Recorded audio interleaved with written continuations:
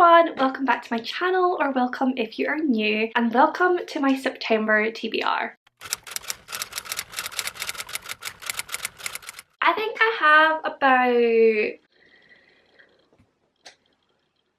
like 12 books on my TBR for this month. Honestly, I don't know what I think I'm playing at. The last couple of months, I think I've averaged about 5, maybe 6 books per month. This month is going to be my busiest month yet. I'm starting a new full-time job. I've got tons of social plans. Who do I think I am putting all of these books on my TBR for this month? But I just can't help it. I'm in such a reading mood at the moment. I'm so excited about so many books. All of these books I am dying to get to. So do you know what? I've just chucked them on this TBR. If we don't get to them, we don't get to them. But these are the books I'm most excited about and the books that I really want to get to this month. We've got quite a lot of thrillers. I'm not gonna lie, I feel like I'm getting back into my thriller zone. I've been in such a romance hype recently. Don't get me wrong, there are a few romances in here as well, but I've definitely chucked a lot of thrillers on this TBR. The Thriller Queen returns. But if you'd like to know all about the books I want to read in September, then just keep watching. So first of all, I have a trilogy of books that I want to read in September. I have been saying for a while now to my patrons, I'm not sure if I've said it on my channel, but I am planning a vlog for these books, and that is the Good Girl's Guide to Murder series. I have already read Good Girl's Guide to Murder and Good Girl Bad Blood. I'm pretty sure I gave them both 5 out of 5 stars. I love this series to bits. It is taking me far too long to finally get the third book in the series, As Good as Dead, but because it's been so long since I read these two, I want to read the full trilogy in one go, and I do want to do a reading vlog for that. I'm considering doing a 24-hour reading vlog and trying to read all 3 of them in 24 hours, but we'll have to see how timings go for that. But if you don't know, this series is a YA murder mystery series about a young girl named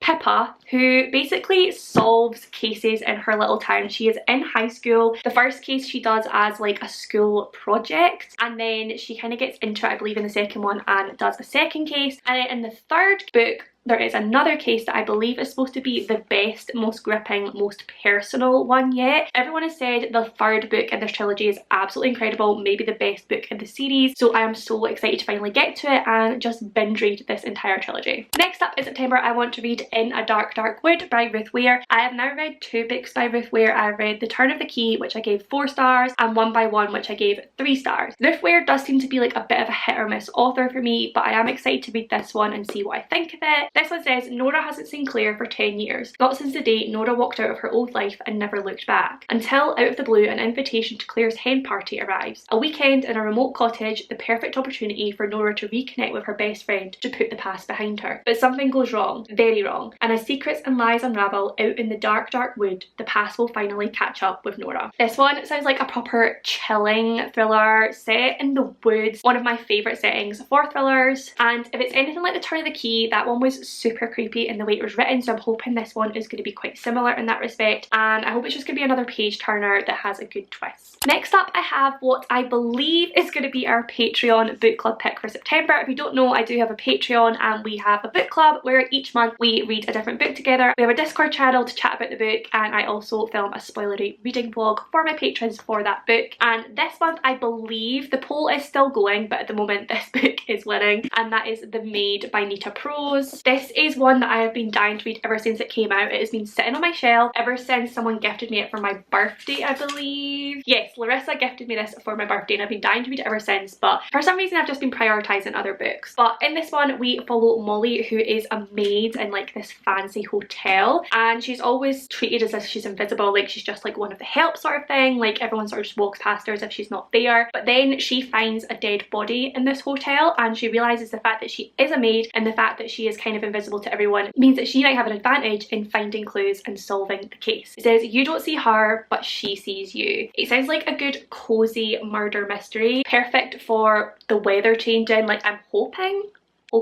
it's going to start getting grim, rainy, dreary this month, and that means I'll just want to curl up with a good cozy murder mystery. So fingers crossed it's a good one and we all enjoy it on my Patreon. Next up, I actually have 2 thriller arcs that my friends very kindly got for me when they were at Yelp. I talked about these in my recent book haul, but I am really bad for not picking up arcs before they come out. I'm pretty sure both of these come out in 2023, but I'm dying to give them a go already, and those are A Game of Life or Death by Trina Campbell and This Book Kills by by Ravina Guron. So for A Game of Life or Death, it says, when 16-year-old Asha Kennedy discovers her older sister Maya's dead body in their home, her world falls apart. Desperate for answers and to stay out of the hands of the social services she grew up in, Asha turns to her hacker friends for help. Her search leads her to Zootech, the hit game studio where Maya was a lead coder. As Asha unravels the riddle of her death, she realises that the only way to uncover the truth is from the inside. Asha goes to her old life and infiltrates a Zootech esport tournament as they launch Shackle, the revolutionary virtual reality video game Maya was working on, and which hides a monstrous secret.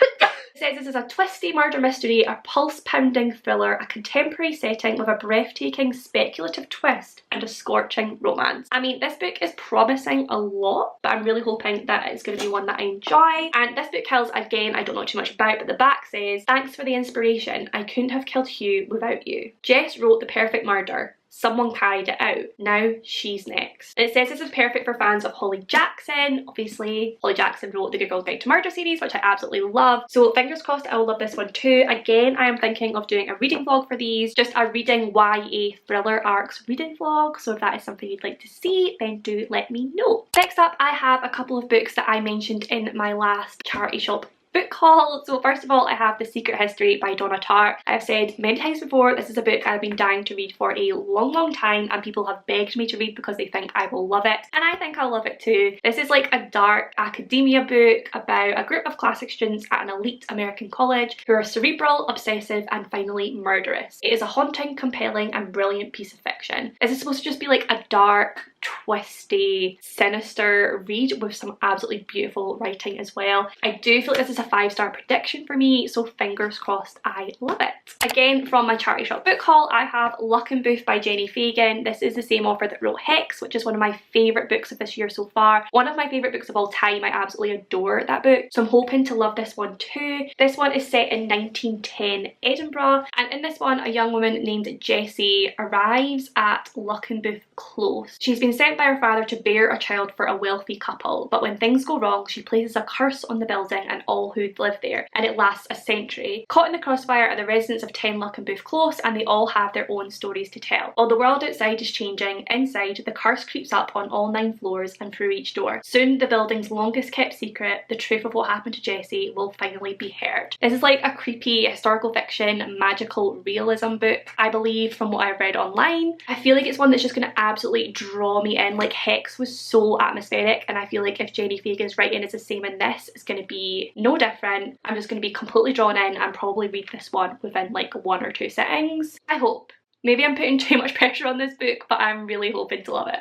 And finally, I have a few romances. Like I said, I'm still loving my romances at the minute, so I do want to sort of like alternate between my romances and my thrillers, my 2 favourite genres. But again, I have one here that I am planning to do a reading vlog for, and that is Until I Met You by Amber Rose Gill. Amber Rose Gill was obviously a winner of Love Island a couple of years ago now, and this is her debut novel. I'm always really interested to see what a celebrity's writing is like, if they're famous for something else, particularly if it's reality and then they get into writing. Obviously there'll be tons of hype around this book because of her fame, but I would really like to see if it is actually worth the hype. So my plan is to do a reading vlog for this one, but we shall see. In this one it says it was meant to be the holiday of a lifetime for Samantha, the launch of her travel blog, her best friend's wedding, and hopefully her own marriage proposal, until she finds herself on her way to Tobago single. Disillusioned with his corporate job on Wall Street, Roman is starting afresh in Tobago. He doesn't need a distraction, especially in the form of a free-spirited travel blogger, but something about Samantha intrigues him. As romance blossoms, Roman and Samantha must learn to risk their hearts, but when secrets are revealed, their new relationship is put in jeopardy. Now Samantha and Roman must decide what they really want. They came to Tobago to find themselves, but could finding each other be what they needed all along? I'm not gonna lie, if it wasn't for the fact that Amber Rose Gill wrote this, I probably wouldn't have picked it up. That blurb doesn't sound that interesting to me, but I really want to see what it's all about. I'm intrigued by the fact that she is a blogger. I'm always really interested in reading about bloggers or YouTubers or anything like that, and fingers crossed it's a good novel. We shall find out. I have not taken the sticker off of this. Why are the works stickers literally the worst stickers. Okay, I'm gonna have to like clean all the fuzz off that later. But next up I have Beach Read by Emily Henry. In my recent 24-hour summer reading vlog, I read my first Emily Henry book, which was Book Lovers, and I absolutely adored it. I gave it 5 out of 5 stars, loved her writing style, and now I'm on a mission to read the rest of her books, so Beach Read is next on my list. In this one we follow January, who is a hopeless romantic who narrates her life like she's the lead in a blockbuster movie. Gus is a serious literary type who thinks true love is a fairy tale, but January and Gus have more in common than you'd think. They're both broke, they have crippling writer's block, and they need to write bestsellers before summer ends. The result? A bet to swap genres and see who gets published first. The risk? In telling each other's stories, their worlds might be changed entirely. This one sounds amazing to me. Like, I absolutely loved Book Lovers, both for its romance and for the fact that it discusses books and reading and writing. It's very self-aware. I feel like Beach Read is going to be very similar in that respect, and hopefully I'm going to love it just as much. Where's my phone? I need my phone. I need my phone. I'm back. Okay, the final book on my TBR for this month is actually on Kindle Unlimited. I am trying to make a conscious effort to actually use my Kindle a little bit more because I do pay for Kindle Unlimited every month, but sometimes I go for like 2 or 3 months where I literally don't use it at all. So I'm trying to make a conscious effort to use it more and read at least like 1 or 2 books each month on my Kindle. So for this month I have seen a book that I've never heard of, but it keeps popping up on my like discover page for Kindle Unlimited, and it is called Faking with Benefits by Lily Gold, and it is a friends to lovers reverse harem romance. And I have been wanting to read more friends to lovers books because I've now read 2 friends for lovers books. The first one I hated, the second one I loved, and I'm still undecided on how I feel about the friends to lovers trope. So I want to read more of that trope to find out if the trope is for me or if it depends how it's written, all that jazz. So this one says, my name is Layla Thompson and I am undateable. Seriously, I'm 28 and I've never had a boyfriend, and with my 30s rapidly approaching, I'm starting to lose patience. Lucky for me, I have 3 overprotective best friends who are all too eager to help hone my dating skills. There's Zach, the huge rugby player with a cheeky grin and rippling biceps. Josh, the boy next door with a sculpted jaw and calculating stare. And Luke, the silver-haired divorcee, who also happens to be my old professor.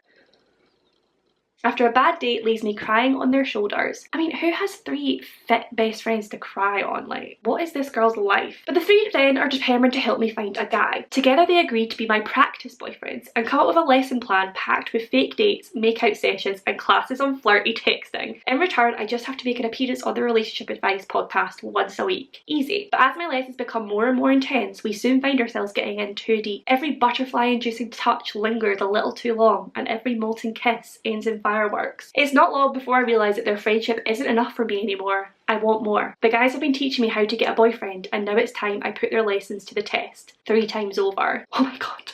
Faking with Benefits is a sizzling fake dating romance featuring multiple love interests, tons of molten fake relationship heat, and a whole lot of heart. Oh my gosh, that sounds so good.